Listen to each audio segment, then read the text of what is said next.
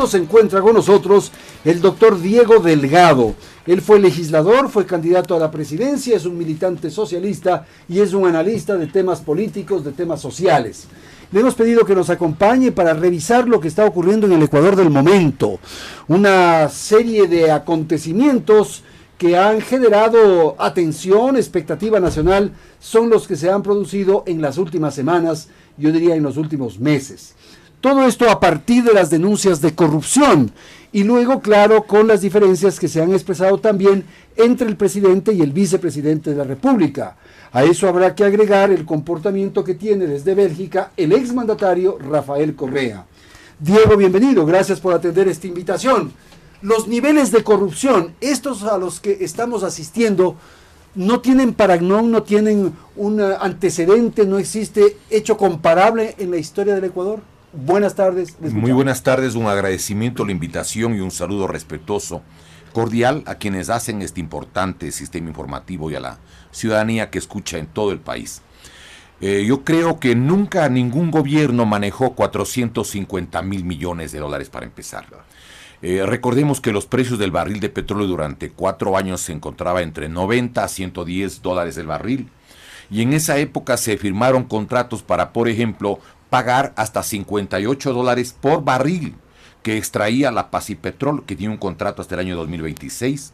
Existen igualmente otros contratos por 41, por 35.95. Es decir, pero no asciende a 450,000 millones los ingresos. Perdóneme, no. Allí hay un error en casi todos los analistas. Y le voy a lo que hay que sumar son los presupuestos. Son 350,000. Eso sí. Pero espérese un ratito. La mayoría de los analistas, y yo he visto y escuchado, yo oigo casi todo el tiempo la emisora, y por ejemplo no hacen cuenta el artículo 292 de la Constitución. El artículo 292 omite la mayoría de analistas, la mayoría de comentaristas. Dice lo siguiente, por favor, tenga la bondad. Claro, claro. Dice, el presupuesto general del Estado es el instrumento para la determinación y gestión de los ingresos y egresos del Estado, e incluye todos los ingresos y egresos del sector público, con excepción, o sea, no están en el presupuesto del Estado, con excepción de los pertenecientes a la seguridad social, la banca pública, las empresas públicas y los gobiernos autónomos descentralizados. O sea, esos dineros de estas entidades no están en el presupuesto del Estado. Sí, claro. Por ejemplo, el IES, el año 2016, tuvo un presupuesto de 7,699 millones de dólares. Faltó 1 millón para 7,700 en un solo año. Póngale un promedio de 6,000 millones o de 5,000 millones. En 10 años, haga la cuenta. Estamos hablando de 50,000 millones. Pero no es dinero del gobierno. No, pero manejó el gobierno a través de sus autoridades puestas por él. O el señor Espinosa y otras autoridades. ¿Quién puso? Una cosa. 2, recordemos que en 8 de los 10 años tuvieron un promedio de alrededor de 4,000 a 4,500 millones, lo que manejó Petroecuador y Petroamazonas. Estamos hablando como de alrededor de unos 32,000 millones adicionales. Recordemos que allí en el Estado ecuatoriano existen como 168 empresas públicas. Allí está el sector eléctrico, el sector de telecomunicaciones, correos, etcétera, etcétera, que también tienen ingresos. Otro aspecto, los sectores financieros y bancarios oficiales. El Banco del Pacífico, por ejemplo, recordemos, recibió como 2,140 millones junto con otras entidades financieras del Banco Central, dinero que no es del Banco Central, pero que, esa es la denuncia que hizo el 10 de diciembre del 2016 el economista Abelardo Pachano, que es un hombre serio en sus cálculos, ¿no? De modo que sumado todo, sí puede llegar a los 400. Mucho más, porque los gobiernos autónomos descentralizados también. Estamos hablando de más de 100,000 millones. ¿Por qué? Porque no son 10,000. Estamos hablando de 12 a 14,000 millones, haciendo un cálculo chiquitito. Entonces, más los 350,000 millones del oficialismo. Sí, ahí se llega, estoy de acuerdo. Va pasando los 450,000 millones. Entonces, Diego, usted dice que en donde está la plata está el diablo. Eso es lo que ha ocurrido. El diablo de Alianza País. El diablo, Satanás. Yo creo que aquí es imprescindible, porque el pueblo ecuatoriano lo que quiere es que se recupere la plata. No quiere solamente que se ubique quiénes son los que se llevaron la plata. Que se sancione, que paguen y que también devuelvan la plata. Yo tengo una propuesta para esto, o 2 propuestas. Una, yo creo que tiene el Ecuador que saber a dónde viajaron los aviones de la Presidencia de la República. 2 aviones durante tantos años. ¿Por qué razón? Yo quiero recordar que en el mes de octubre del 2014 se firmaron 2 convenios con Qatar, se firmaron convenios con Bielorrusia y con otros países. Un convenio se establecía de que podía llegar cualquier ecuatoriano con pasaporte o diplomático especial que le da el gobierno. Y ahí no hay visa. Ese es el primer convenio. O sea, puede ir cualquier ecuatoriano. Puede ir en el avión presidencial, por ejemplo. Y el otro convenio dice, el primero es para evitar la doble facturación y prevenir evasión fiscal. Es decir, si alguien lleva un certificado que ya pagó los impuestos en el Ecuador, ya no le cobran un centavo. Pero no es solamente por llevar el dinero, también es sobre propiedades. Le quiero mostrar los documentos. Primero, la persona que tuvo la iniciativa de caer en cuenta lo que estaba pasando fue Tania Tinoco, y publicó un artículo en el semanario, Semana se llama, del Diario Expreso, del número 1056 de la página 10 del 26 de octubre del 2014. Esto, la mayoría de la gente pierde la noción o pierde la hilación, pero yo le hice un seguimiento muy cuidadoso. Mire, aquí está el acuerdo entre el gobierno de la República del Ecuador y el gobierno del Estado de Qatar. Está publicado la aprobación, no el texto, en el segundo suplemento del viernes 30 de septiembre del 2016. ¿Qué es lo que dice el otro convenio? Que también tengo aquí la copia del documento. Del registro oficial. Del registro oficial, suplemento número 764, del lunes 30 de mayo del 2016. Allí está el acuerdo entre el gobierno de la República del Ecuador y el gobierno de la República de Belarus. No le leo todo para efectos de abreviar el tiempo. Y mire lo que dice aquí en el artículo 30. Este protocolo de acuerdo entre el gobierno de la República del Ecuador y el gobierno de Belarus es para evitar la doble imposición y prevenir evasión fiscal respecto a los impuestos sobre la renta y sobre la propiedad. Dos cosas, impuesto y propiedad. Es decir, alguien puede también comprar un bien en otra parte y no le cobran un centavo por convenio. Pero aquí hay que preguntar, señores. O sea, esta es la oficialización de los paraísos fiscales en estos dos países. Pero perdóneme, yo le haría una pregunta. ¿Cuántos vuelos habrá hecho en 365 días cada avión? Quiero recordar que tenían un avión que hacía vuelos más pequeños, pero a raíz que, a petición de los Estados Unidos, la OTAN le hizo bajar el avión en la que le llevaba a Evo Morales y que pensaban que estaba el señor Snowden, le hizo aterrizar en el aeropuerto de Viena. Eso fue más o menos en el mes de julio, agosto del año 2013. Entonces el gobierno del presidente Correa compró el avión Falcon 7X que valía 50 millones de dólares. Aquí están las declaraciones del director de ventas para Sudamérica de la compañía francesa de aviones de South Aviation. ¿Qué es lo que resulta? Hacía 11,000 kilómetros sin necesidad de ningún tipo de reabastecimiento a una velocidad de 1,100 kilómetros. Yo pregunto, en 365 días al año, ¿cuántos vuelos hicieron? ¿Quiénes eran los pilotos? ¿Quiénes eran la tripulación? ¿Quiénes eran los pasajeros? Si acaso iban. ¿Y qué llevaban? ¿Qué llevaban? ¿Y para qué iban, no? ¿Y para qué iban? ¿Y para qué necesitaban dos aviones durante tantos años? ¿Pero usted tiene alguna sospecha? Yo tengo dos sospechas, o varias, pero yo quiero recordarle algo. ¿Usted se acuerda que en el Ecuador durante unos 3, 4 años desesperadamente compraban oro? ¿Usted se ha escuchado el rumor y alguna declaración de un exdiputado en todo el país? En las calles, digamos. En todo lado, en las tiendas, en las joyerías, compro oro. ¿Se acuerda usted que alguna vez se denunció que había un avión del Ecuador que estaba con oro en Asunción, en Paraguay? Sí, me acuerdo. Que estaban yendo por Argentina para llevar también una partecita de por allá. ¿Qué es lo que llevaron? ¿Dónde? A ver, aquí tendría que averiguarse. ¿Qué llevaron ciudadanos ecuatorianos a la China, a Bielorrusia, a Qatar, a Singapur, a determinados países? Porque hay cosas que nadie sabe. No, pero ¿usted sospecha que el oro que se compraba en distintos lugares se llevaba en el avión presidencial? ¿Por qué no? Pregunto, no afirmo. ¿Por qué no? ¿Quiénes tenían el dinero para comprar el oro? El oro además no se daña como el billete. Y otra cosa adicional, ¿por qué el gobierno nacional y a los señores asambleístas no piden información? Pidan información quiénes tripularon las naves y con juramento declaren que llevaron. Eso me parece relativamente fácil. Debe haber un registro. Y además se puede hacer el seguimiento, claro. De todos los vuelos. ¿Para qué fueron? Claro, ¿Dónde fueron? Claro. Eso no es una manera de poder hacer una buena investigación. Primera cosa. Segundo, otra propuesta que me parece importante. Yo le voy a entregar esta propuesta evidentemente a la Comisión Nacional Anticorrupción porque me parece que moralmente representa el organismo más idóneo para la fiscalización en el Ecuador.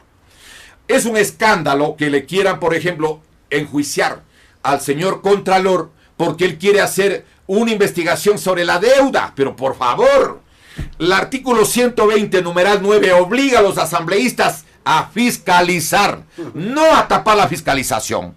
¿Sabe cuál es mi criterio, mi opinión, mi punto de vista? ¿Por qué no quieren que exista una verificación? Una auditoría. Una auditoría, porque puso el grito en el cielo el señor presidente, expresidente. Dijo, no, ya está esto investigado. Hasta el año 2015 ya me dio arreglando Carlitos Poli.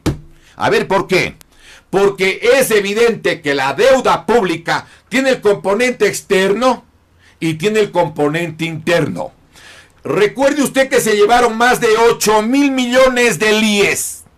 Perdón, del Banco Central. Y del IES hay un cálculo que dice que son 13,900. Y yo he hablado con un dirigente nacional de los jubilados, con el doctor José Alfonso Ortiz. Él me ha dicho que en los cálculos de él son más de 17,000 millones. Yo pregunto, si tomaron dinero del IES, ¿va a estar o no en lo que tiene que ver con este motivo de la auditoría de la deuda?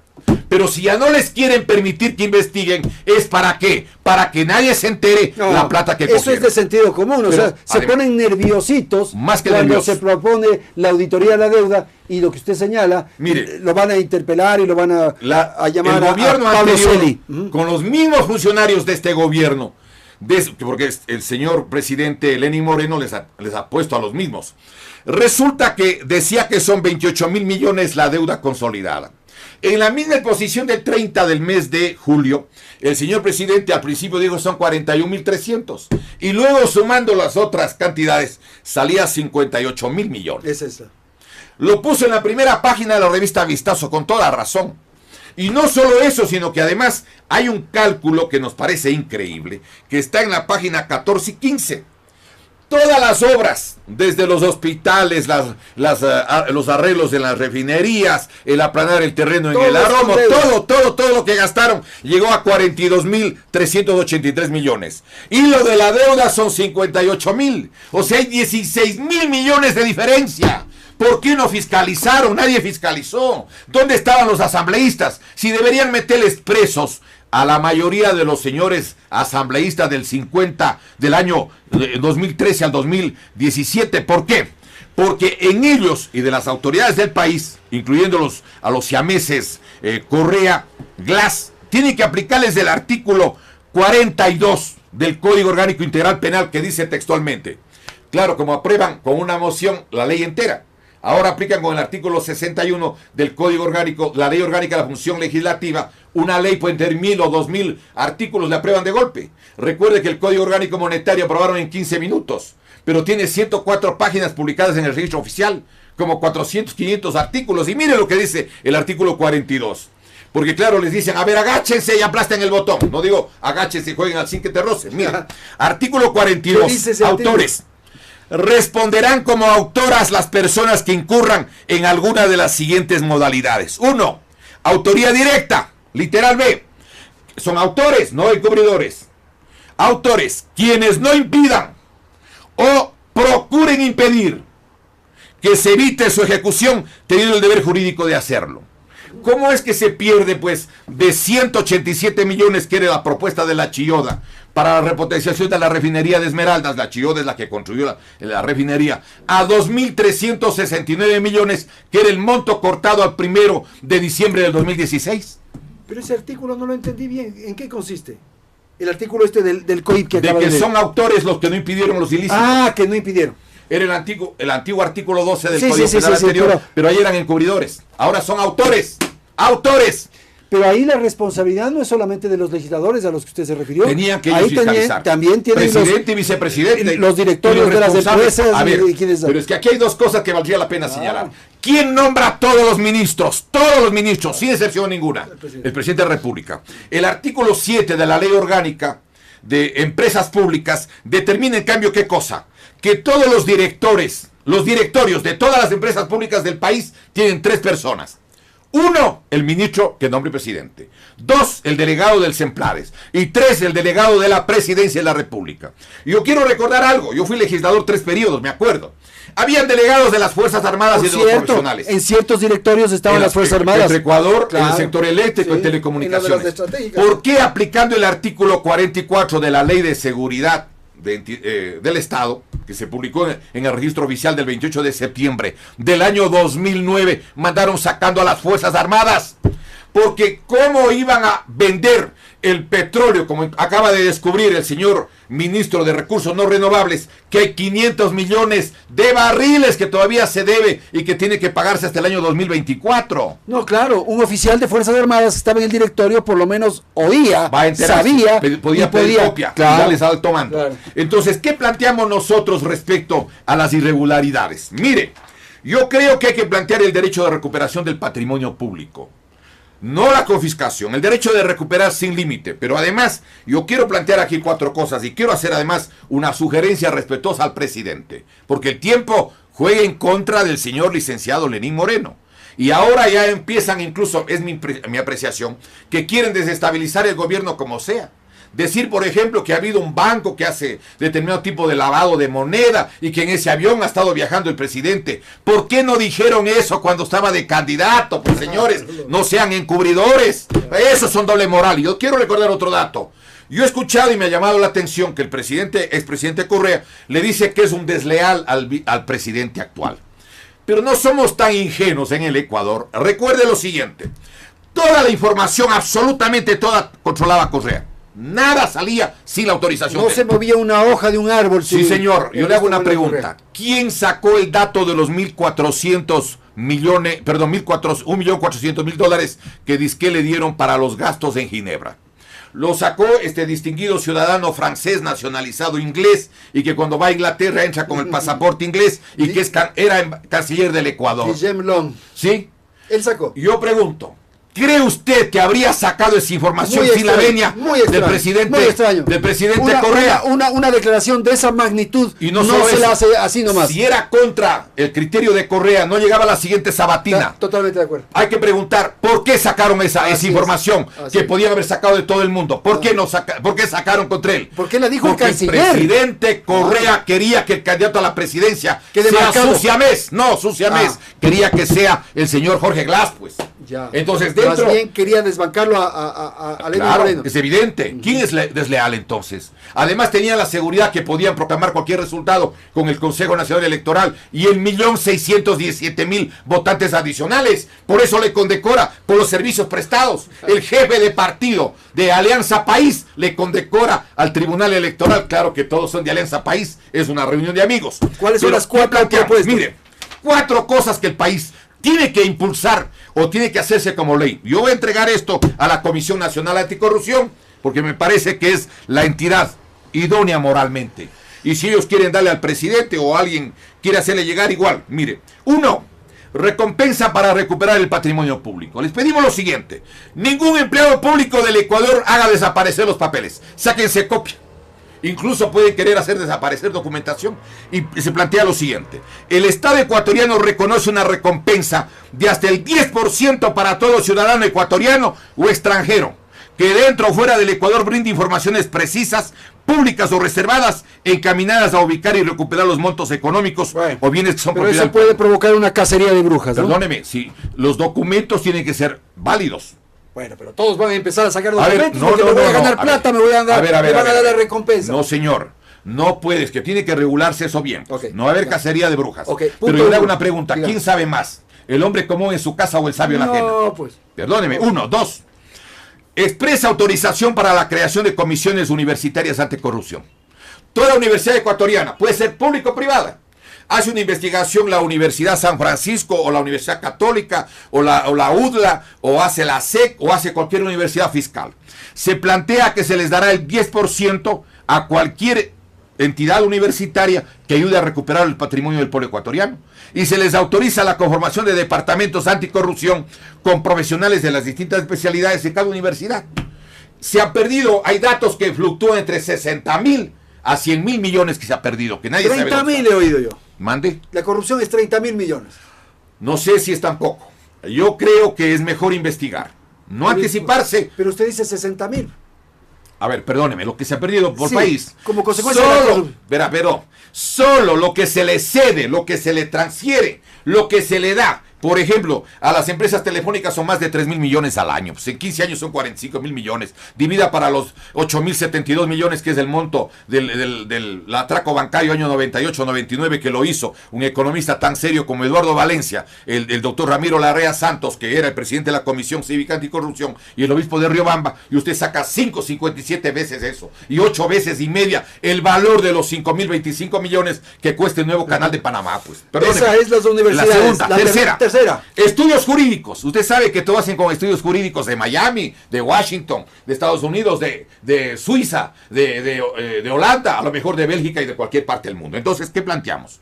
Que el Estado ecuatoriano reconozca hasta el 10% para cualquier estudio jurídico del mundo, sea ecuatoriano o no, disponga o no de domicilio en el país, de todos los montos que puedan ser recaudados en cualquier sitio del planeta, sea paraíso fiscal o no, de considerarlo el encargado de ubicar y recaudar los recursos, bienes patrimoniales, y se guardará la más absoluta reserva por parte del país.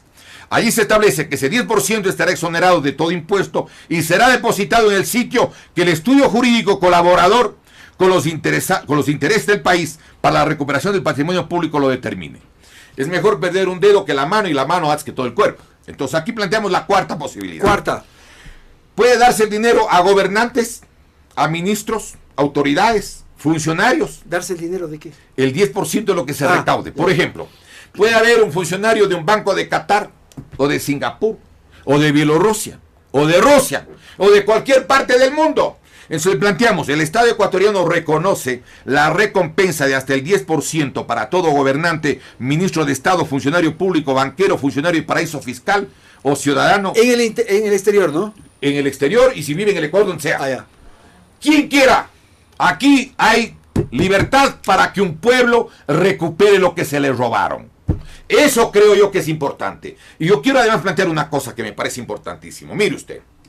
El señor presidente de la República escucha los criterios de los partidos. Seguramente ahora está oyendo. Esta es la otra parte que usted quería decir. Claro. ¿Qué es lo que le quiere decir a Lenín? Señor. A ver, ¿qué le quiere decir? Yo le quiero plantear y hacerle acuerdo al señor presidente, a Lenín Moreno, al licenciado Lenín Moreno, cuando se aprobaron las enmiendas del día 3 de diciembre del año 2015, el señor licenciado Guillermo, el candidato presidencial Guillermo Lasso Mendoza, dijo que él iba a pedir que todas esas enmiendas, que eran inconstitucionales porque no eran enmiendas, no eran correcciones, que se hicieron reformas. Eran reformas, claro, disfrazadas de enmiendas. Exacto. Él dijo que iba a pedir que el pueblo ecuatoriano en las urnas declare la ninguna validez.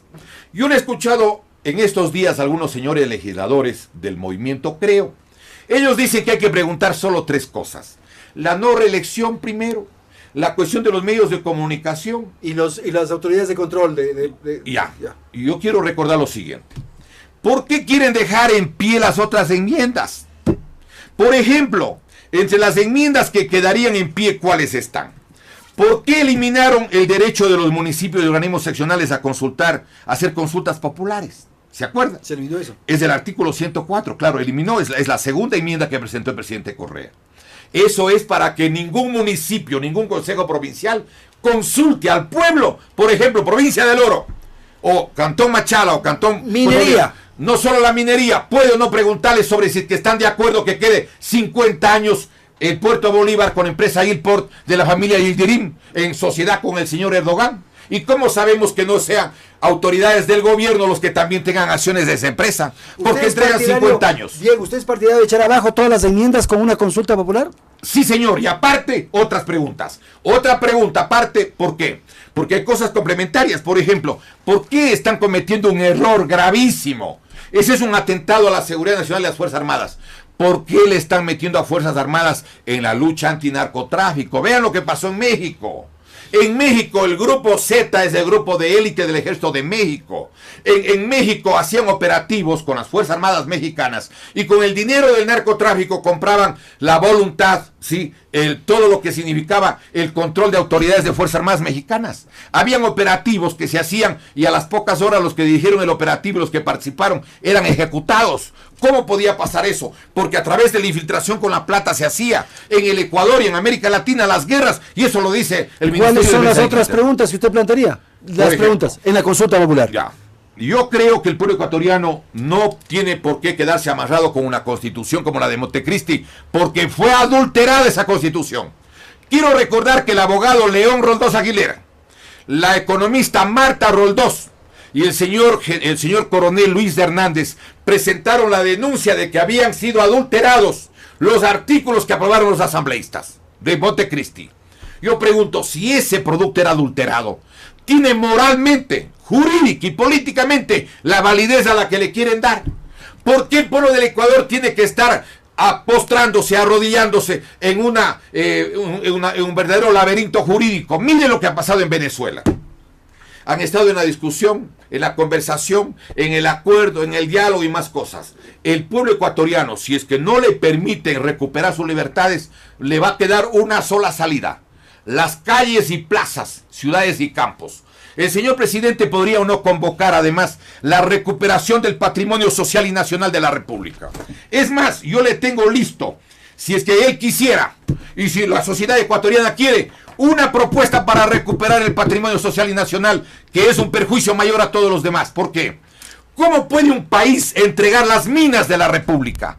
Entrega Pananza San Carlos, y para eso utilizaron a la fuerza pública para desalojar de Nanquín a la comunidad Shuara y a otros grupos, por ejemplo, de nativos o de pobladores o colonos que vivían allí. ¿Con quiénes desalojaron a los ciudadanos de Tundaime en el cantón Zamora Chinchipe? Además, ¿qué entregaron? Mire, es que esto es una locura.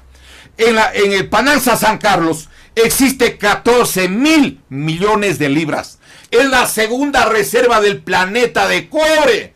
¿Cómo van a dejar eso en manos de la Tonlín, Monteros y la Junefiel? Okay. ¿Cómo en la mina Mirador están 6.7 millones de libras de oro, perdón, de libras de cobre, 3.2 millones de onzas de oro, 25 millones de onzas de plata, y le dejan en manos de la Tonlín, Ferros y la Junefiel? Hay que consultar esto. Muchísimas gracias. Si usted me permitiera, la última, por Dios, sí. Solo le leo la propuesta. A ver, nada más. Para esto, y le agradezco muchísimo, usted. Andrés, y el pueblo. Oiga, por favor, esta propuesta que se basa en la resolución 1803 de la Asamblea General de las Naciones Unidas del 14 de diciembre del año 1962. Esta es la propuesta. El pueblo ecuatoriano recupera para sí la propiedad absoluta y control exclusivo, así como la titularidad patrimonial, inalienable e intransferible del petróleo, minas, tierras raras y gas ubicados en el territorio de la República, en sus aguas territoriales y mar adyacente, así como el sector eléctrico, telecomunicaciones, biodiversidad, agua potable, agua de riego, ríos, vertientes, riberas y playas, puertos, aeropuertos y carreteras de todo el país. El pueblo ecuatoriano proclama y reivindica para sí toda la riqueza ictiológica y pesquera ubicada en sus aguas territoriales y mar adyacente, y la declara patrimonio alimenticio irrenunciable y exclusivo de su nación. Las tierras de la República y los territorios ancestrales son propiedad y patrimonio de los ecuatorianos, y es un elemento fundamental e intransferible, imprescindible para garantizar la soberanía alimentaria de la sociedad. Los ciudadanos extranjeros residentes en el Ecuador solo podrán disponer de superficie que no supere las 50 hectáreas y en ningún caso en áreas cercanas a la frontera en una franja de 50 kilómetros. Listo, gracias a Diego Delgado que ha estado con nosotros. Tema la corrupción y estos otros elementos, estas otras facetas que probablemente no han sido discutidas. Gracias por atender este diálogo. En un instante retornamos.